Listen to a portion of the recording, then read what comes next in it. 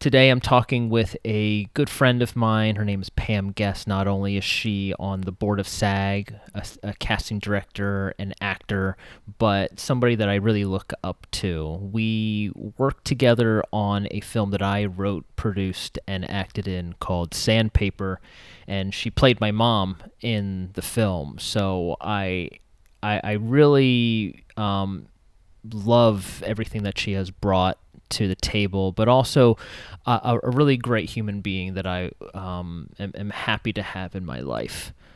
This was shot and recorded during the writer's strike, so you're going to hear it referenced then. But I really hope that you gain something from this, and without further ado, let's jump into the interview.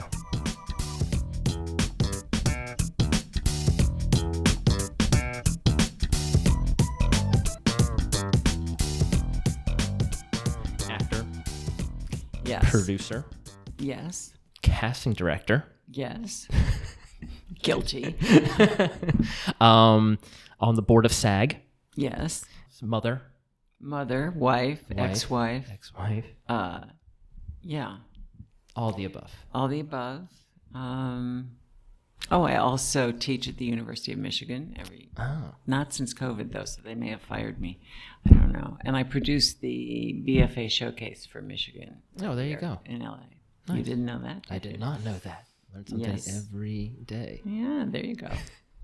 So that was a passion project of mine because there was no showcase, and I graduated from Michigan way a long time ago. We're not going to talk about that, but no, for years and years, no showcase. And then I started lobbying every dean that I could find because the film department started shipping me in to do a workshop with actors doing their first movies. So it's a different kind of technique as you've learned, right? Yeah.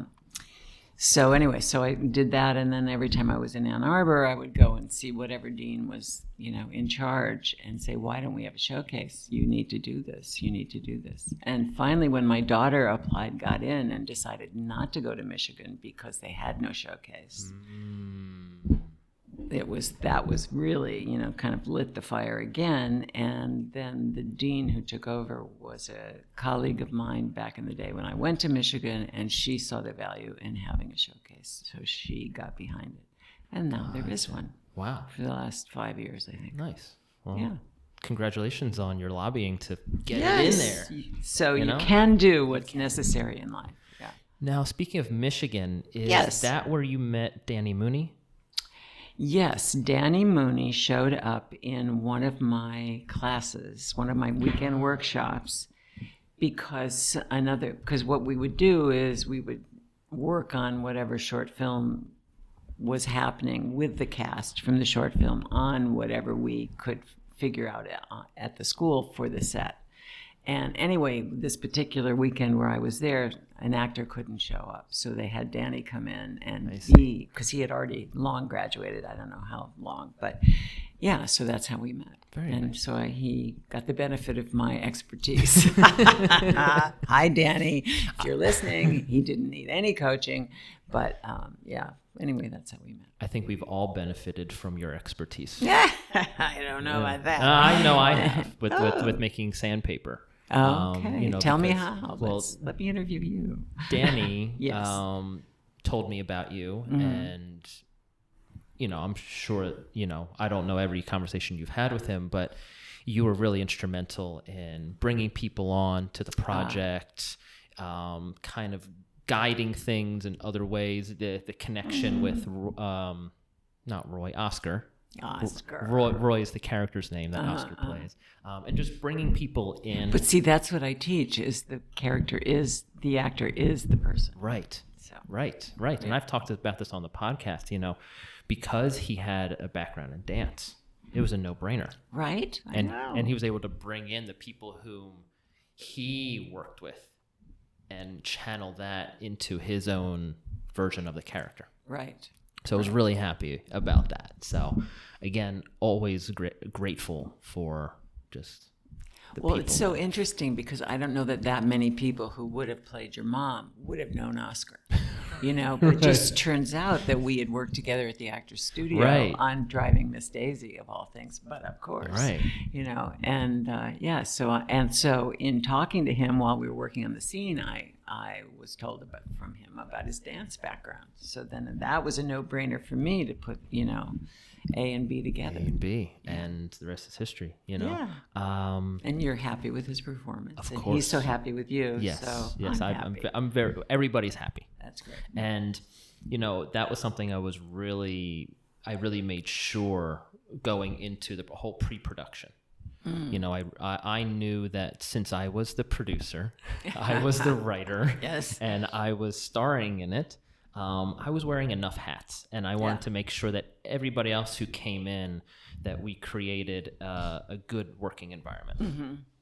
Yeah, so you didn't have to put your attention in yet another place. But also, I think that people make the best art when they're not too stressed, when there's not extra drama going on that takes away from the production. Well, there is a theory that that's in fact the opposite, but I agree with you. Pray tell. Yeah, no. There's a theory that that I don't know, just like chaos and the famous thing of the drunks and the drug addicts and stuff are tortured artists that make great art. True, and there's always going to be some that possibility. Yes. Thank you for anybody could turn at any moment. I do that a lot when I talk. I have the idea in my mind, but I'm like, what is that word? Yes. And I'll like think about it, and finally my processor will go, oh, that's the word. That's the word. So I have many channels going on at the same time. But yeah, so when you did come on set, and it's indie filmmaking. So everybody was wearing several different hats. Yes. How did you feel about the production working with Danny, who I don't know if you've worked with him prior to it? I don't think we have. No, I don't think he directed me before. Gotcha. Yeah. He was great. It was unfortunate that it was the middle of the night.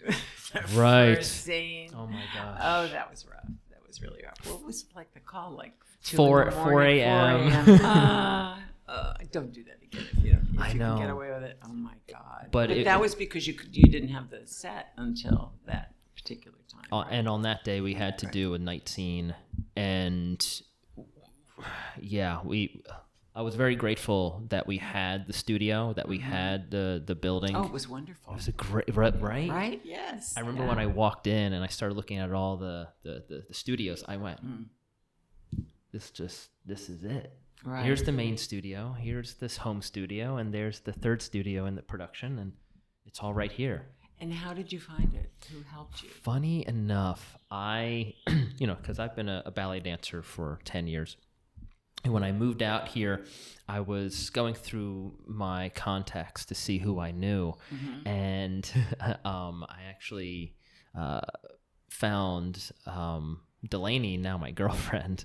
That's another story. That's a whole other story. That's another podcast. Okay. And we met up in Torrance, and that studio was her childhood studio that she had growing up. Oh, wow. And so through her, I was able to meet the director of the school and see the studios and start taking classes. And this was all at the same time I was finishing up the script. And I had all these scenes, and I'm just kind of looking up and going, I can't say no to this. I have to say something. So I was able to make a deal with them where I got to use the studios to shoot for the location. And then I was able to be in their Nutcracker performance that year. Oh, no kidding. So, that's yeah, so cute. yeah. So we had that little bit of negotiation going on. Aww. And they're sweet people. Everybody at Ballet California, Diane and Elijah, they're just lovely people. I hope that they can come to the premiere. Yay. I hope so too. Yes. I'd love to meet them. Yeah, absolutely. So that's the story about how that happened. Cool. And I feel like so many things with this production happened, and it was more about me being open to possibilities. And one thing I learned about filmmaking is everything's figure-outable. Well, that's it. Yeah. You know? Did you have any like disconnect between how you saw things in your head, you know, when you wrote it, and then it turned out? You know, was it difficult for you, or did it all kind of flow? I would say it was a little bit of both, because for me personally, I had no idea of all the levels and the village that it takes to put on a production. Right. And with my time in the ballet world, dancing on stages all around the world, I know that there's so many people. There's stage hands. There's people who are working on lights and sets and costumes, and there's all those things. So I had an idea that there were many different departments. And when I did Sandpaper, I had that in mind, and so I allowed the people who were the experts to kind of tell me what's possible and what's not possible. Yeah, good. You know? And so I was able to say, I want this. How can we achieve that? And what do we need to do with a limited budget and a limited time? Because really, we shot 5 days worth of scenes in 3. Wow. You know, we were going at a really rapid clip. Yeah. And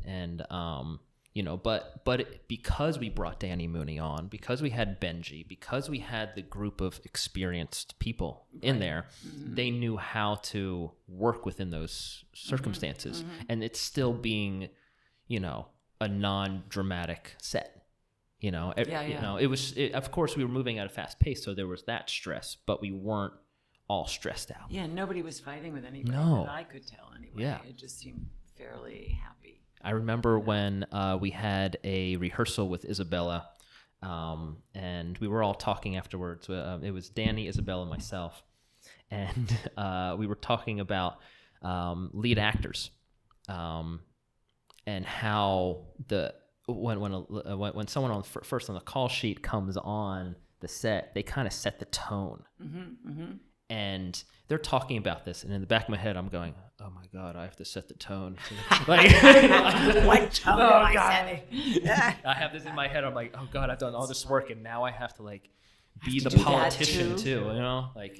And so I've noticed that a lot of it's I say politician kind of tongue in cheek, but in some ways you have to be the face of the production. That's a famous thing, in business. Yeah. And so getting the opportunity to learn that and do that, and I hope being pretty successful with that in my own. Well, you're a likable kind of guy. I try. At least that's what you presented. On those days, I don't know. I'm sure I try. A devilish person in there somewhere. But, we're all human. But there you go. There it is. But for me, it was just one of those things where, I knew what I wanted to work with. I knew the environments that I wanted to work on, and I just wanted to make that as, physical as possible on set. So I did a lot of preparation, pre-production, working with Danny and my other producer, who's also named Danny. That was something that was confusing. It was I was calling them. We figured it out. Yeah. I was calling them by their last names for the whole time. Oh, okay.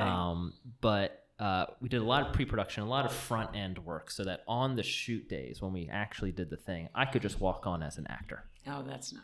Of course there were little things. Yeah. I still felt like I was pulled in 5 different directions for every scene. But going back to your point, I did all the work and then I let it go. Great.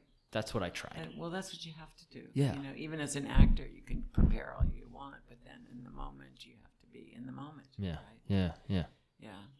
I hate to be a pickle. Could you just push the thing closer to you? Closer to you. Yeah, there we go.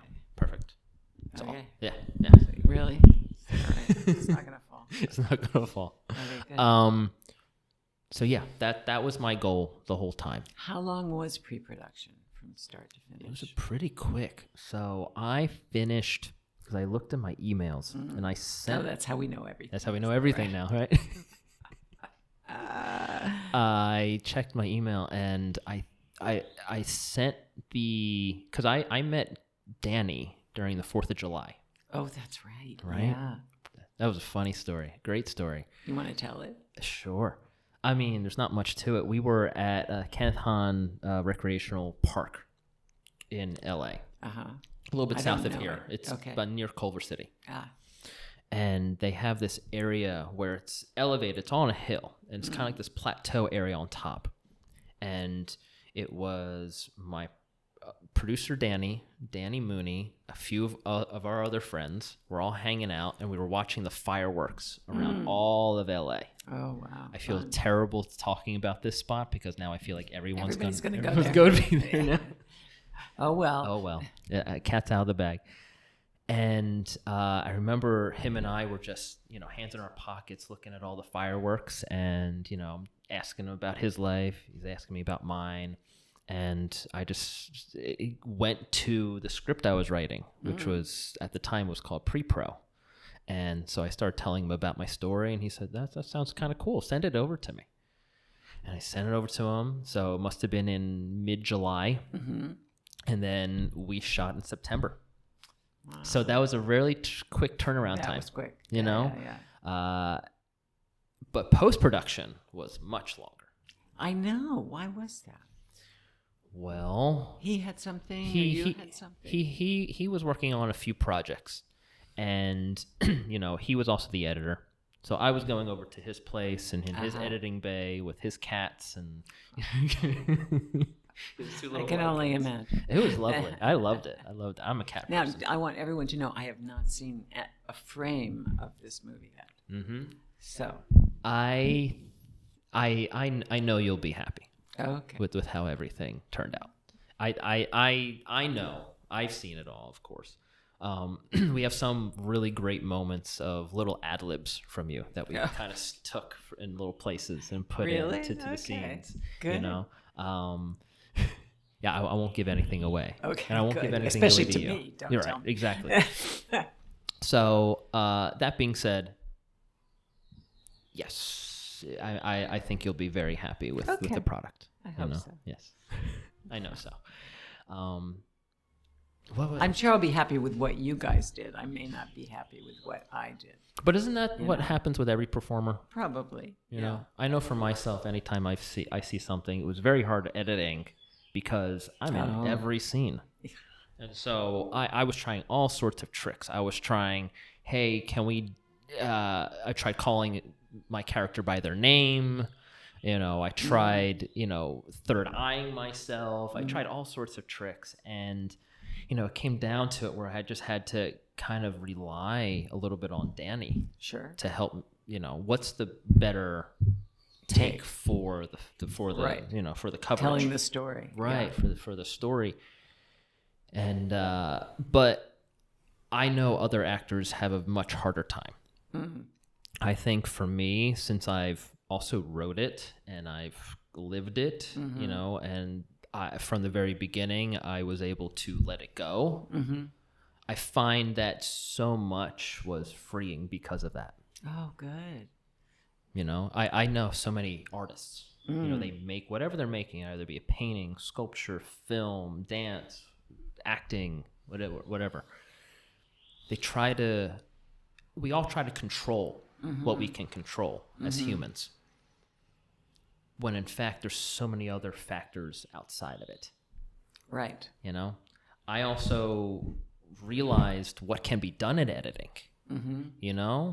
What can be put in, what can be taken out, how can we change the coverage and, lines, how can we insert, things into people's mouths. It was really an education. So all that coming in, I was like, oh, we're going to figure this out. Mm-hmm. I have faith in the process. That's so great though, to trust your collaborators. Yeah. And I think that's, I hate giving advice.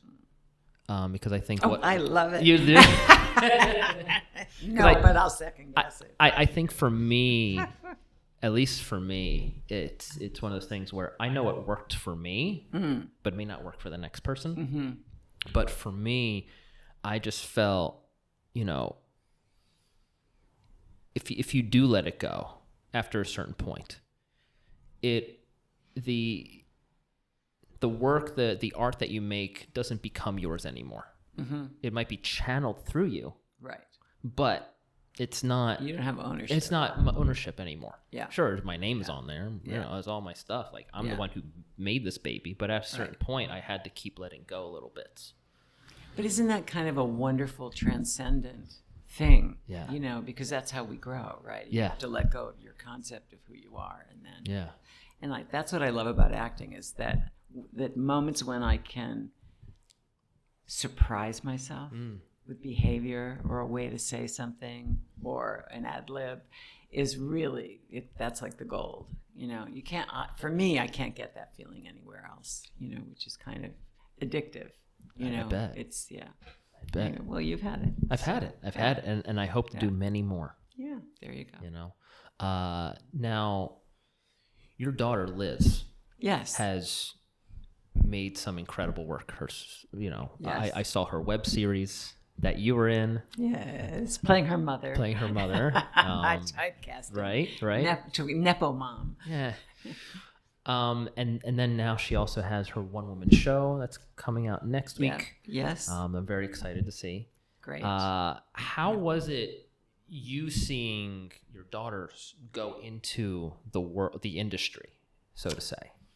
Well, let's see. I mean, it started very early. You know, she started like when she was in kindergarten or before, you know, these little camps, these performing camps and stuff. And she just loves it and loved it from then. So there really wasn't a consideration of she wouldn't go into it. You know, I mean, she just really wanted to do this. And what was surprising is the extent that her writing ability it intersects with her life, you know, and her performance. So she basically plays in the things that she's done a version of herself, you know, which is great, you know, and very funny and true and an offshoot of like all of this training that she's had, you know. Anyway, so yeah, I'm just thrilled. I mean, I have been involved with her web series, you know, in a production aspect, just kind of producing, more executive producing than anything, meaning we write the checks. But also, you know, she tells this story of there was one day on set when Ed Begley, who plays one of her fathers, she has two, in the web series, we only had him for one day instead of two. And she'd written, you know, a couple of scenes for him to be in. So she had to figure out what had to go, you know, because he was going. And she came to me, Mom, what'll I do? And I said, very wisely, because this is how I produce for her, I said, look, just go upstairs, go in another room and figure it out. You know, I'm not going to tell you what to do. Because I didn't know. I mean, it's her creative spanda, as they would say in Eastern religion.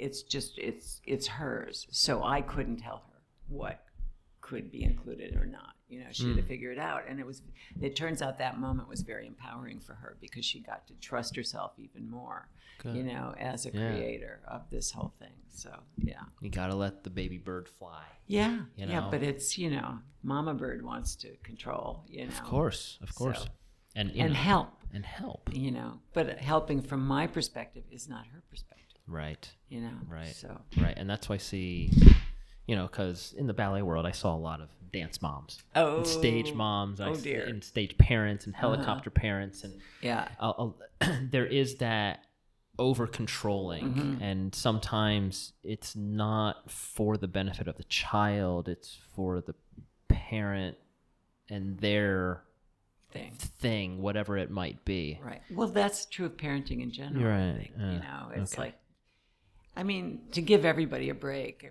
doing the best they can. You know, it's like I look back at my relationship with my father, and he was very much wanting me to do it his way. You know, it's his way or the highway. And so we clashed a lot, like when I was in my 20s, and we were very at odds politically, you know, because that was the 70s, and, you know, he was a Republican and I was not at a certain point. So we would fight a lot about stuff, but you know, people have their perspective. He had his perspective, which was okay for him, you know. And my sister, I mean, what he wanted for me was, even though he introduced me to the world of show business because he was in this little theater company in Michigan when I was little, and would take me to plays and bring home Broadway cast albums and play them, and we'd dance around. Anyway, he wanted me to be a teacher and stay in Akron, Ohio, and teach at my high school or wherever, somewhere, college. He didn't care, because he wanted me home. But I couldn't do that. I had, bigger plans for myself. But my sister, who's 2 years younger, that's what she did. She taught literally at our high school until she retired a year or two ago. Wow. So his perspective was good for her, but it wasn't Right. good for me. You know. So that's my point, is that you don't, nobody knows where their advice is going to fall, or what's going to happen. But yeah. Well, that's great. That's great, Yeah. Because you were able to see that she had to do her own. Right, Liz, you mean? No, Liz. Yeah. Yeah. Your daughter had to do her own path, write her own thing, and figure it out on her own. Right. And I know that a lot of people, they think about what their parents think. They're always worried about, but my mom would want me to do that. My father, they think this, or, and at the end of the day, I think that if you live that way, that just breeds resentment later on and contention, and it's really unfortunate because I'm sure your father came from a place of love. Oh, absolutely. Yeah, that's what I'm saying. Everybody's doing the best they can. Right. Yeah, he wanted to protect me and, wanted to keep me close. Also, he didn't want me moving away. Yeah. Yeah. So, my mom was similar to that. Yeah. Yeah. She didn't want me to go too far away. Right. Because it was just her and me for so long. My father passed away when I was a couple months old, and it was just her and me. We were like best of buds, two peas in a pod. And when I started dancing and started traveling and started doing things, she really was trying to allow me to stay closer, or at least come back often. And that was a little bit of a little bit of a clash, because like I wanted to do things, right, but at the same time, like I didn't want to upset my mom. There's that little bit of guilt that we have as children. But I'm very fortunate that she was always supportive in what I did. Yeah, and I think that showed through the film. Yes. Yes. And I just think that just out of circumstance that you have the same name as my mom. I know, I didn't know that. And it just happened to be that way. It's like, oh, what's her name? Pam. I was like, oh, okay, well, all right. All right, she's it. That's so funny. I didn't know that till, I don't know. I think I might have thought that you named the character after me, because sometimes that's what people do. They have the actor's name, the real name. Anyway, I don't remember what I thought exactly, but yeah. It was an honor. Yeah. Thank you. Well, thank you for being a part of it. Thank you for helping. Yeah. Were there any fun stories on set that you remember? Any little ditties that happened? Not necessarily something that you did, or maybe something you saw. Or I'm terrible about this. That's all right. I just remember all of us dead tired at 4 a.m. trying to do it. I just remember that first day because, lines can be difficult, at my age. And it was really hard because I was sleep deprived. So I just remember being so tired. On top of everything. I didn't know what was going to come out of my mouth, Yeah. So and I hardly slept. There you go. Yeah. How could you? How could I? I know. I was dealing with like costumes and I remember that day, that your first day was the longest day. I probably did a 24-hour day just at the studio. Sure. Because I was there an hour or two before, and I was there an hour or two afterwards, making sure everything was wrapped up properly and getting ready with the grip truck and where that was going to go. And but that's the business. I mean, if you think about it, from my perspective, it was not a troubled shoot at all. Oh, good. Everything just flowed and, went from, everybody seemed to know what they were doing. May not have been true, particularly of me, but, yeah. I think we all have a little bit of that imposter syndrome. Yes. Even if we've been on, multi-million-dollar sets and right. done X, Y, and Z. They're going to find out. We're going to find out finally. I think everybody has a little bit of that. And yeah. So I'm glad that it was smooth. Yeah, it was. I think it was smooth for me too. It was just I had to do other roles. So many things you were dealing with. Yeah. So many balls in the air, as they say. Yeah. But again, I'm just glad I was able to mostly be the actor during the shoot times. Yeah, and I think that you were. I didn't see you dealing with other stuff. Good. Yeah.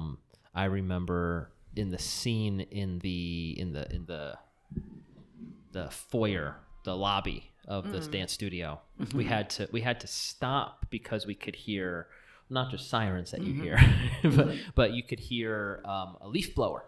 You could just hear I remember, the boom up and, everybody was saying, what's this sound that we hear? It's a leaf blower. So we had to pay the leaf blower like $50 to stop for like an hour and a half. Yeah. Just do the scene. I'm sure he was happy to stop. Oh, I'm sure. Yeah. He was like, man, of course I gotta stop. I do remember one little thing that, I forget what the costume was, but it was determined that I needed some jewelry. My character needed a necklace. So there was one of the crew guys who had a silver chain. So I said, can I wear that in the scene? And he kind of was like, what? I do remember this. You remember this? I remember this but he handed it over. I might not have given it back, but I did. Of course. You did. But it was a tremendous faith. He was like, oh, okay. Yeah. That's a funny thing. I mean, that's indie filmmaking. Right. I'll take that. I'll take that. I'll take this. I remember packing up because we had to make my room, the bedroom. And I remember I'm like, well, I'm not a teenage boy anymore, but I still am a boy. So like, let me just take all this stuff from my room, all this stuff that I have, and some like junk and like clothes. They were all clean, by the way. Okay. I'll take your word for it. And I just like fill it up a hamper and like a bunch of boxes, and I'm like, okay, everybody, like, I don't have a time to put it on the walls and do whatever, but have at it. And I'm just glad I got everything back. Well, yeah, but do you remember that moment I saw your room, and it was like, it was too messy. I was like, I would not allow this to be. What is this? You need to clean this room up. And of course you didn't. Of course it was all set. But it was like a moment of mom, being like, no. No, don't do it. And I love the chemistry between you and David, who played the father in the film. It was so funny because he came on more at the last minute onto the production, but in some ways he kind of became the comedic relief of the whole thing. Yes, it's true. I mean, even off camera, he was making me laugh constantly. He's a very funny guy. He's very smart. Yeah. And he's just so quick. And his writing, I hear, is very good too. Oh, really? Yeah. I mean, it makes sense when you have all these ideas that are just, the improv was so good. And it kind of made my writing look better. Because he would just take a regular line and he would say it in such a way that you're just like, oh my God, that's so funny. It's so, like, it would just hit you in a certain way. And it's just really interesting what actors can do with nothing. I find so much of acting is taking something, even if it's like a copy that you can't resonate with, and making something out of nothing, right, and giving you 10 different ideas of that thing. Well, I used to sit in, actually I became a member of the Actors Studio, and Martin Landau was the moderator, and he would say it's not enough to learn the lines, you have to know why you're saying the line. And once you get to that, behind it, why of the words coming out of your mouth, then you can kind of ride that wave of, oh, okay. I see. And because it informs the words themselves. Why is this character saying this right now to this person? And then that's kind of like the missing key.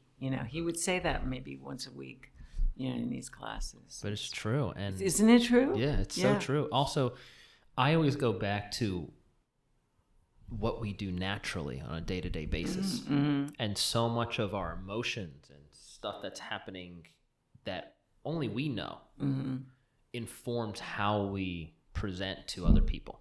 Right. Like a conversation or, when we're talking to other people.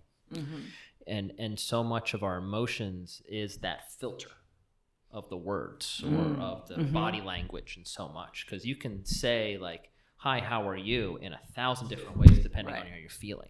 And what happened right before you said it. There's so many teachers I've heard be asking questions like, what were you doing just before the scene started? Right. That's a famous thing. Where were you coming from? Like, what happened in your day, Right. And that will inform the emotional and physical state of what you're trying to do. Right, for sure. Yeah. I always go back to nature and how, because I also have a psychology degree. Oh, you do? I do. I don't know this. So I have a psych degree. I use it in life in a way that I knew when I was getting it that no matter what I did in my life, what career path I wanted, I was going to work with humans. Well, that's true, isn't it? And so I might as well know how I work, what you're dealing with, you work. Oh, that's so interesting. So that's what I was doing at that time. And were you dancing? I was dancing too? Yeah. And so really, when I was getting my psych degree, that was like secondary. So I'm like, I'm already in a career. I'm already doing something I love to do. But going back, my mom wants me to get a degree. So like, all right, well, same, my dad wanted me to get a degree. Right, so exactly. And I'm still paying for it. I'm sorry, but not for much longer. Okay. I have a good plan. By the end of the year, it'll be done.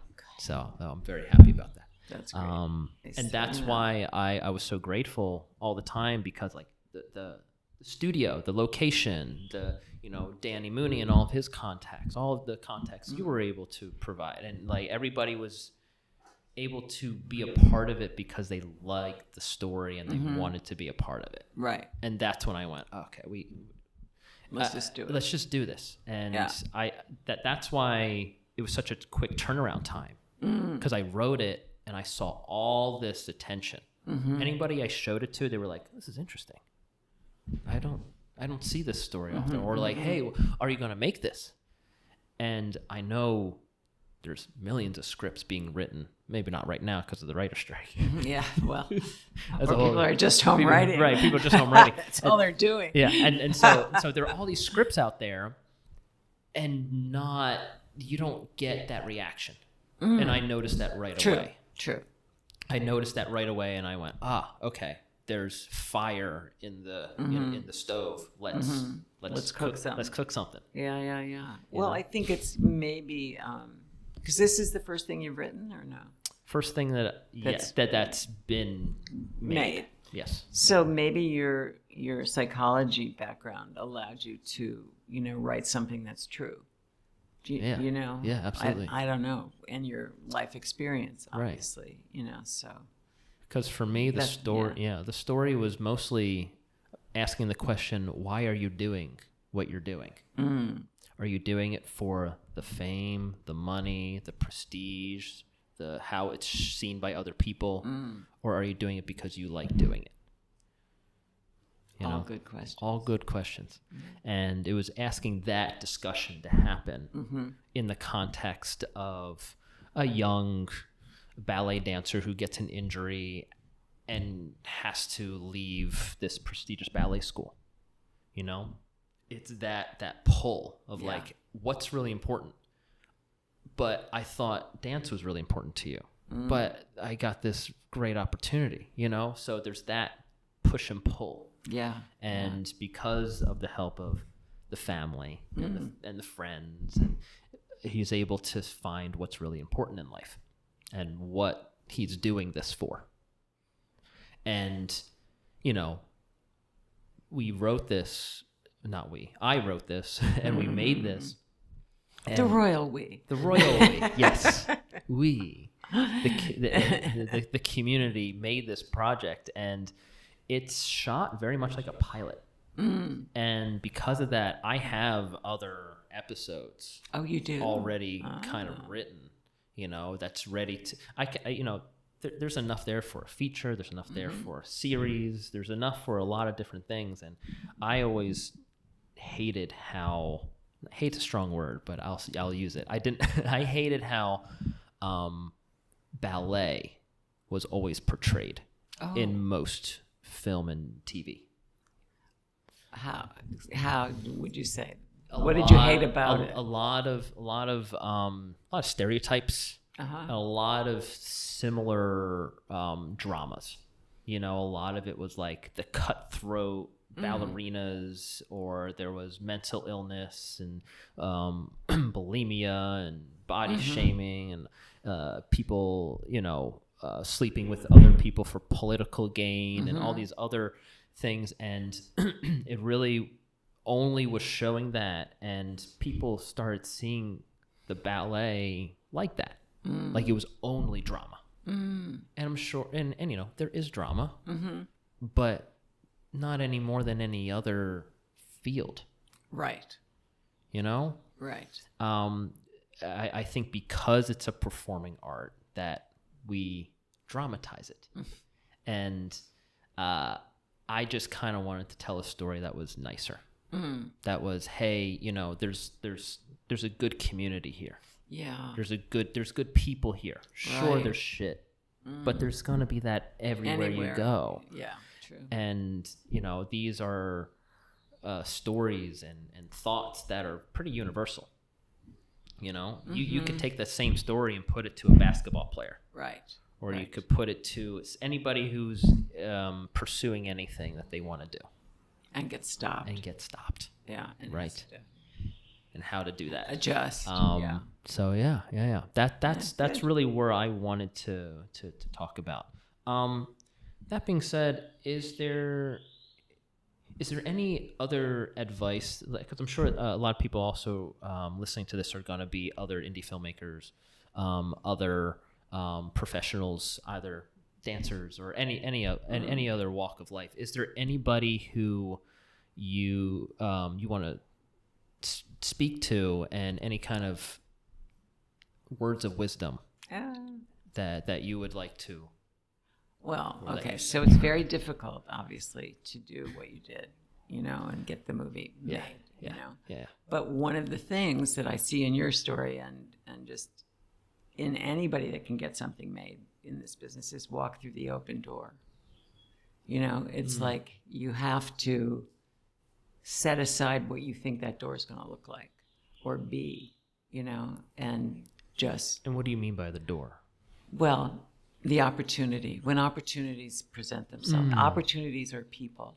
Like you could have met Danny Mooney on July 4th and not pursued that. Right? At any turn you could have said, I don't really like that, or the studio, or that my girlfriend. For real. There's another It's girl, real. Right? Yeah. But you could have said no to any one of those little opportunities that presented themselves, but you didn't, and so therefore you got to keep going. It's when our ego gets involved and something. I think that's why I asked you the question: was there a difference between in your mind from what you wrote and what you saw then happen? Or that's ended up in the movie, and if you didn't like something, the way something turned out, or if you did. But anyway, the point being is that one has to let go of one's ego and how we think something's going to be in order to actually thrive. I think that's what life is about, is having because I don't know if you must have studied child development, a little bit, there's different stages, right? And finally, when you get in your 20s and your brain is cooked, you have to, it's like you forge a new path. Yeah. All of it is where you're socialized by your parents, by school, by whatever, that forms your ego, and then as an adult, you get to let go of all that stuff. right? And that's what Yeah. you've been describing, Yeah. you know. So that's, I think, the journey for everybody, not just a filmmaker, or an actor, but it's, you know, it's getting rid of your concepts so that you can really see reality, you know, and then know that it's a friendly universe that's there to help you, you know. I love that. Well put. So, Well there you put. go. Great. That's the best I got. Yeah, I love that. I think that's a great ending to the podcast. Okay. Well, thank you so much, Pam. Well, you're so welcome. And Thank I you. hope to get Nick and Liz on the podcast at some I'm point. sure they'd love to do it. Yeah, and again, thank you for everything. Thank you.